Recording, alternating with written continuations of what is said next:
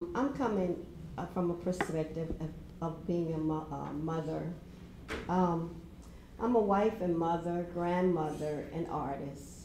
My husband and I, we've been married for 40 years. We have 6 children and 3 grandchildren. My oldest son, Mac, loved to rap and perform at an early age. By the time he was 11, he landed his first recording deal with Yo Records. At the age of 12, his first album was released called Lyrical Midget.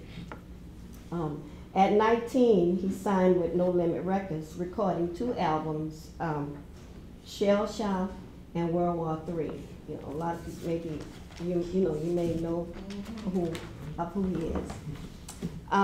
My husband and I, we tried to raise our children to be productive citizens, not to get in trouble, and, work hard. And, we struggled, with the 6 kids. I was a stay-at-home mom, and he worked 2 jobs so that I could stay home with my kids.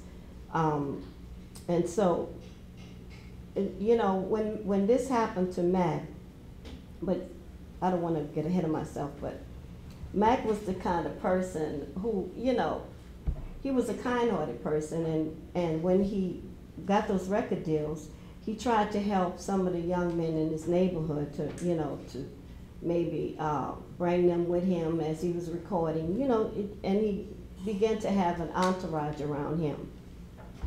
So when Mac was arrested for murder following a shooting that occurred at one of his concerts in which he was not involved, we just knew that the police would investigate the crime. Mac would be released, but unfortunately that did not happen. He was not only not released, but he was tried and convicted of manslaughter and given 30 years in prison. Even though he was a first offender, he never been in trouble in his life, never had any kind of record, but given 30 years in prison. And the judge we asked the judge, why did he give Mac so much time? He said, because he was making him an example. Now, mind you, this happened in Slidell, Louisiana, is where, the toughest, part of Louisiana, I mean, the rate of conviction, I think they said is 90%, 96% conviction rate at the time. That's unheard of. That's almost like saying everybody you arrested going to jail and will be convicted, so, but Mac had so much, he had so much support.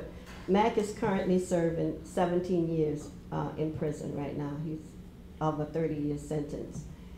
Mac has a very wide fan base, and a lot of support and a lot of help, But with that said, I just one day imagine the people that's sitting in prison who do not have that kind of support and who do not have that kind of help.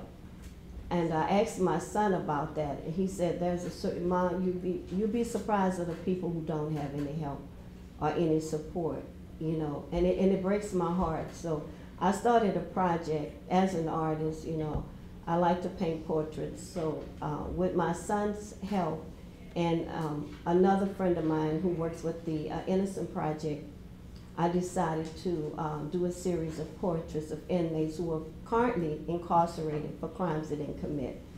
And to put a face to these men, I want to eventually do women. I haven't done any women, but I want to just put a face to these people and let people know that they're not just a DOC number, but these are peoples, these are family, these are fathers and brothers, and and these people are sitting there with no hope, So this was my small part, in contributing to at least exposing what's going on with the justice system as a whole.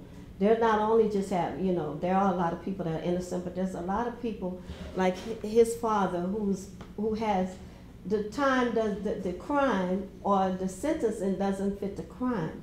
And you'd be surprised of how many people are sitting in prison for just very small charges, drug charges, and got life sentences because of a 3 strikes you out program and stuff. So I think as a community that we need to at least if you have any type of talent, anything that you can do to help, you know, our community and help these people, you know, especially the ones that doesn't help any help at all, you know, if nothing else but to tell their stories. And I'm so grateful and thankful for you all allowing me to tell my story about my son, even though my son, you know, has a lot of support. But I have been in those prisons, and I've talked to and speak to young men who don't have that support and that help, and it breaks my heart. So now I want to thank you again for allowing me to tell my story and tell my son's story. Thank you.